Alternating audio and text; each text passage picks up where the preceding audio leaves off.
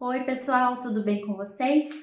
Hoje, como prometido, vim falar para vocês sobre obsessões. Esse assunto tão pesado e tão chato, vou tentar falar de uma forma bem mais leve, bem rapidinha, e os principais tipos de obsessões para que vocês entendam. Mas antes de eu começar a falar, pelo amor de Deus, vê se mete esse dedo nesse curtir, clica nesse sininho, ativa as notificações para você receber o nosso material sempre em primeira mão, se inscreve nesse canal e me ajuda compartilhando esse vídeo, para que o canal cresça, para que as informações sejam espalhadas e para que a gente continue fazendo cada vez mais material para vocês. Vamos começar então falando de apometria.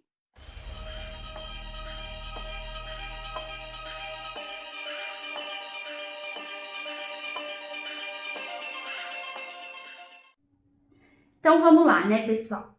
Primeiro tipo de obsessão que eu quero falar para vocês é a ressonância com espíritos diversos.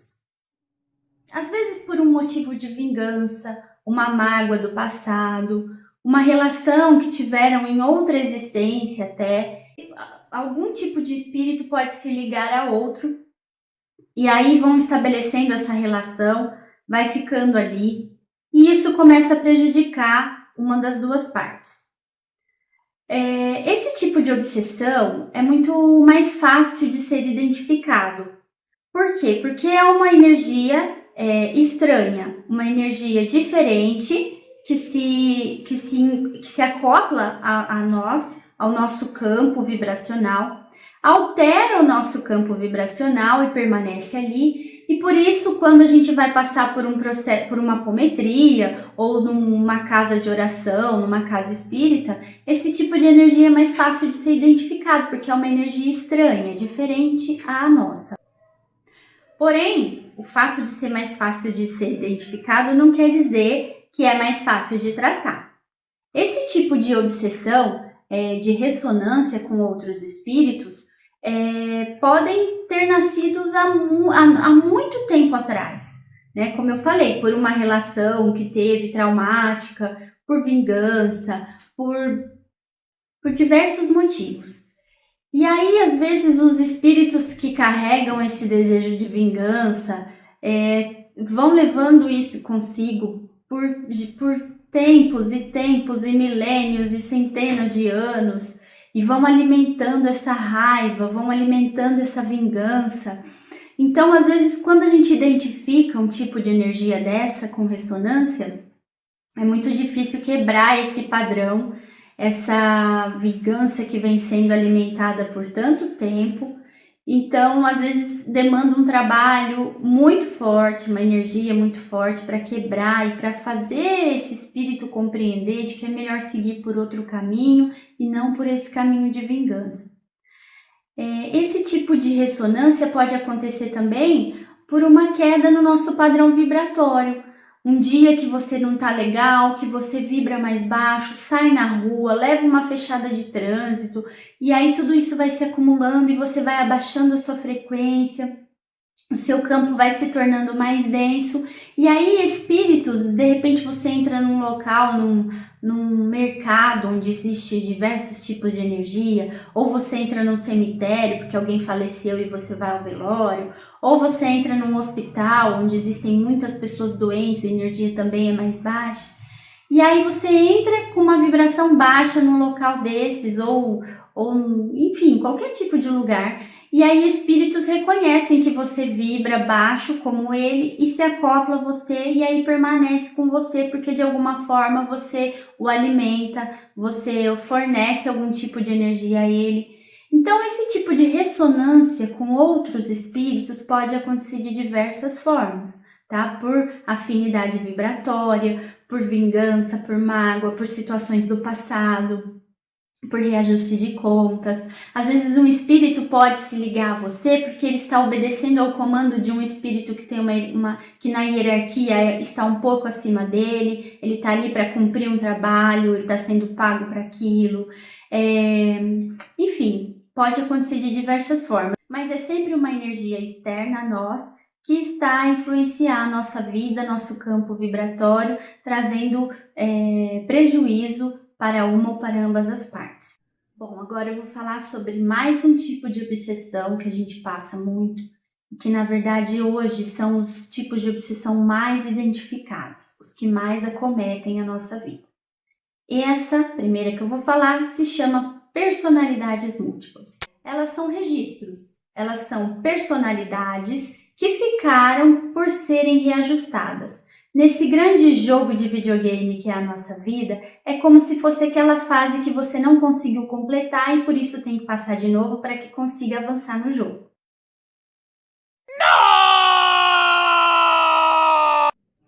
Essas personalidades múltiplas, elas ficam registradas nos nossos corpos espirituais como se elas tivessem vida própria. Foram vidas que formaram uma personalidade por terem sido muito apegadas ao ter, ao invés de terem buscado o ser. E por que só essas personalidades nos influenciam? Porque as personalidades que tiveram uma vida, uma existência mais ligadas ao ser, que se espiritualizaram, que completaram bem a fase do jogo, elas já se reacoplaram ao nosso eu superior. Então, as que ficaram por fazer de novo são as que vão surgindo com o passar do tempo, com o passar dos anos, conforme a gente vai sofrendo estímulos. Então, essas personalidades múltiplas, na verdade, poderíamos colocar como as nossas existências passadas, como as nossas vidas passadas. E como o tempo não é linear, nós somos seres atemporais, não é porque essas personalidades já morreram e hoje nós estamos aqui encarnados com uma nova existência que elas deixam de nos influenciar. Não é por isso que elas deixam de existir. Por quê? Porque elas ficaram como registros nos nossos bancos de dados dos nossos corpos, como tarefas a serem cumpridas novamente. Passamos por determinada experiência, ou conflito, ou situação, ou tivemos um relacionamento com determinadas pessoas e não lidamos bem com ele, não fizemos a tarefa de forma satisfatória, e aí por isso ele retorna, essa situação retorna para que nós possamos fazer de novo. E essas personalidades, conforme nós vamos tendo estímulos em nossa existência atual, por exemplo, um lugar que eu visito, um cheiro diferente que eu sinto, uma música que desperta alguma sensação em mim, uma idade que eu atinjo, tudo isso, uma pessoa que eu conheço que entra no meu caminho, tudo isso serve como estímulos para que no tempo certo, na hora certa, essa personalidade aflore e possa ser resolvida, que ela possa se reintegrar, como se fosse refazer aquilo que ela deixou para trás, para que ela se reintegre ao nosso eu superior. Essas personalidades múltiplas, elas são muito fortes, elas têm características próprias, ela tem a sua personalidade bem definida e às vezes no fato delas despertarem para serem trabalhadas por nós nessa existência, se nós estivermos num ponto de desequilíbrio, numa fase da nossa vida onde estamos perdidos, onde estamos com atitudes e vibrações mais baixas, ao essa personalidade múltipla se despertar, ela pode nos prejudicar muito. A gente pode não conseguir lidar com essa energia, que não é uma energia externa, é uma energia nossa mesmo. Mas ao invés da gente trabalhar e auxiliar para que essa personalidade se integre ao nosso eu superior, a gente acaba deixando que ela nos influencie. Ela começa a pulsar seus estímulos em nós de forma que começa a nos prejudicar. A gente já viu casos de pessoas que estão tão dominadas por personalidades múltiplas que elas acabam perdendo a sua identidade e essa personalidade toma a frente dessa pessoa e acaba dominando quase que por completo a sua vida. Então são pessoas que têm desordens de muitos tipos. Pode ser uma obsessão que ela tem por determinada coisa, uma mania, um vício, pode ser um comportamento prejudicial que ela não tinha e que de repente ela começa a ter, por exemplo, um ciúme excessivo de tudo, uma raiva, uma irritabilidade. Tudo isso pode ser fruto de uma personalidade que surgiu para ser trabalhada, mas que por a pessoa estar numa frequência baixa não soube lidar com isso e a personalidade acabou tomando conta. Então, como nós já tivemos muitas existências passadas e muitas delas deixaram essas contas, deixaram essas pendências para trás, nós temos muito que trabalhar essas nossas personalidades múltiplas. E hoje, o maior tipo de obsessão que nós sofremos são elas, e não ressonâncias como todo mundo acredita. Eu vou tentar dar algum exemplo de como as personalidades múltiplas podem funcionar. Vamos supor que eu estou vivendo bela, sossegada, linda e formosa a minha vida e de repente eu vou visitar um país diferente. Eu chego lá nesse país, vejo um local, alguma coisa, visito um local e de repente eu formo um link com essa personalidade. Ou porque ela viveu no local, ou porque o local lembra aquele momento que ela viveu.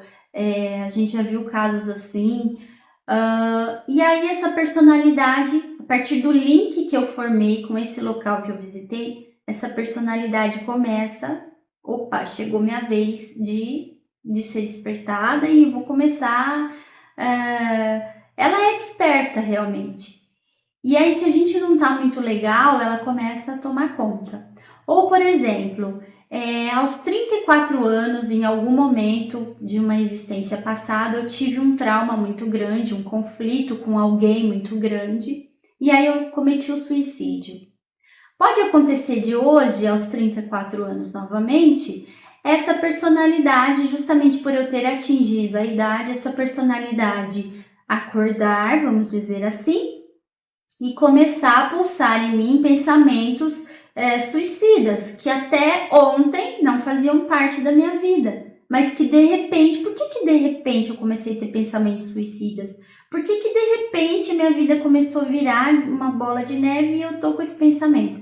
Porque existe uma personalidade múltipla que está aqui para ser trabalhada, para ser aprimorada, mas que por algum motivo não estava legal e ao invés de eu ajudá-la, ela começa a me prejudicar. Então é dessa forma que essas personalidades podem surgir e que a gente tem que ir trabalhando aos poucos para ir encaminhando essas personalidades para elas irem agregando ao nosso espírito puro, ao nosso eu superior e começarem a nos influenciar de forma benéfica e não maléfica. Ok? E agora vamos para o terceiro tipo que eu quero falar para vocês. Essa é de lascar. Essa se chama subpersonalidade. O que quer dizer isso? Pode acontecer no momento dessa existência de eu passar por algum trauma, de eu passar por algum conflito, alguma situação que me faz entrar numa vibração muito baixa, Mas ao invés de eu resolver, ao invés de eu tentar elaborar essa sensação, esse sentimento dentro de mim, eu acabo abafando, eu acabo reprimindo essa situação, eu acabo não permitindo que os meus instintos, que aquela vontade realmente existente dentro de mim desse vazão. E aí eu abafo tudo isso. Eu, de alguma forma, eu engulo o sapo, eu enfiço para dentro de mim de qualquer jeito e a ponto que isso fica me sufocar. A gente sabe de uma lei que existe, né? A lei de Lavoisier, que na natureza nada se cria, nada se perde, tudo se transforma. Uma energia dessa que você abafa dentro de você, que você inibe dentro de você, ela fica ali a todo vapor, precisando ser extravasada de alguma forma. Essas energias podem tomar uma força tão grande, uma dimensão tão grande, que o que acontece? A gente se desdobra numa subpersonalidade.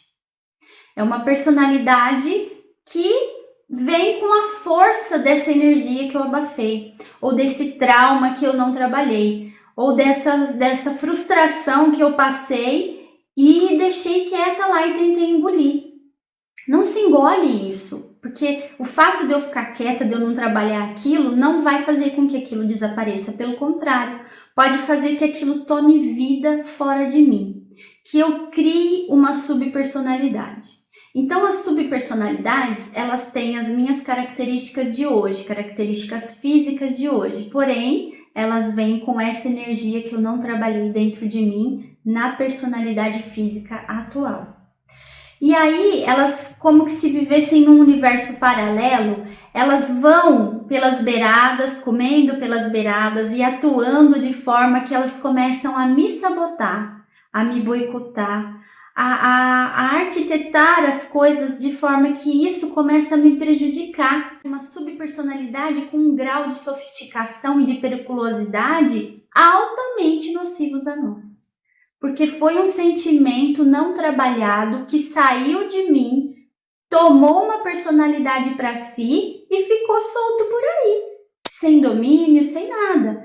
Então é como se criasse uma personalidade que nasceu de um sentimento ruim, de um sentimento mal trabalhado e que eu deixei solto por aí, que pode atuar de diversas formas, tanto em mim, no meu campo vibratório, pode atuar na minha família, com os meus amigos, na minha casa, em todo que tipo de situação. Sou eu me prejudicando, sou eu me atrapalhando, porque eu não trabalhei um sentimento, porque eu não trabalhei uma situação. E isso é muito perigoso e muito difícil de ser tratado também. Por quê? Porque quando eu identifico uma subpersonalidade dessa, é uma energia muito forte, porque ela possui a mesma energia que eu possuo, que é a energia de encarnado.